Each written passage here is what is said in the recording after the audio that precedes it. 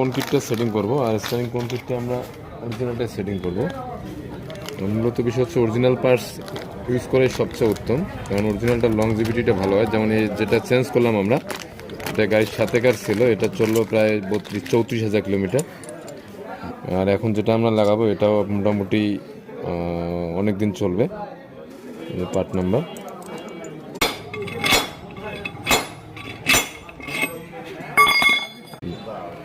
তো অরিজিনাল বলনেসের মধ্যে গ্রিস থেকে যায়, সেটা কোম্পানি দিয়ে দেয়। তো এটা একটা ভালো সিস্টেম। আর অনেক সময় দেখা যায় যে আমরা যে সচরাচর গ্রিসগুলো ব্যবহার করি, অনেকে আছেন কম দামি গ্রিসগুলো ইউজ করেন, আর কম দামি গ্রিসগুলো ইউজ করলে হয় কি বলগুলো দ্রুত শুকে যায়, তাতে স্টারিং কনক্রিট দ্রুত নষ্ট হওয়ার সম্ভাবনা থেকে যায়। যখন আপনি গ্রিসটা একটু ভালো ইউজ করবেন তখন কিন্তু এটা একটু লংজিভিটিটা ভালো হয় এবং অনেক দিন টিকসই হয়।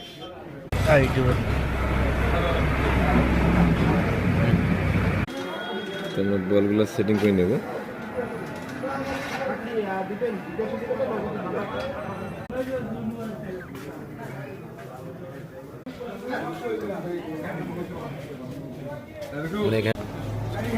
আমরা নিচের কাপে বলগুলো ইনস্টল করে নিচ্ছি, মানে সেটিং করে নিচ্ছি। আর এই গ্রিসগুলো দেখেন কতটা ভালো, একদম অনেকটা আঠালো। আমাদের বলগুলো ইনস্টল হয়ে গেছে, এখন আমরা কাপটা দেব, তারপর আমরা টিটা সেটিং করব। তো আমরা এখন টিটা লাগাবো, আর আমরা নিচের কাপটা তো গ্রিস করে নিছি। টিটা ইনস্টল করলে আমাদের বাকি সব কাজ শেষ। দেখুন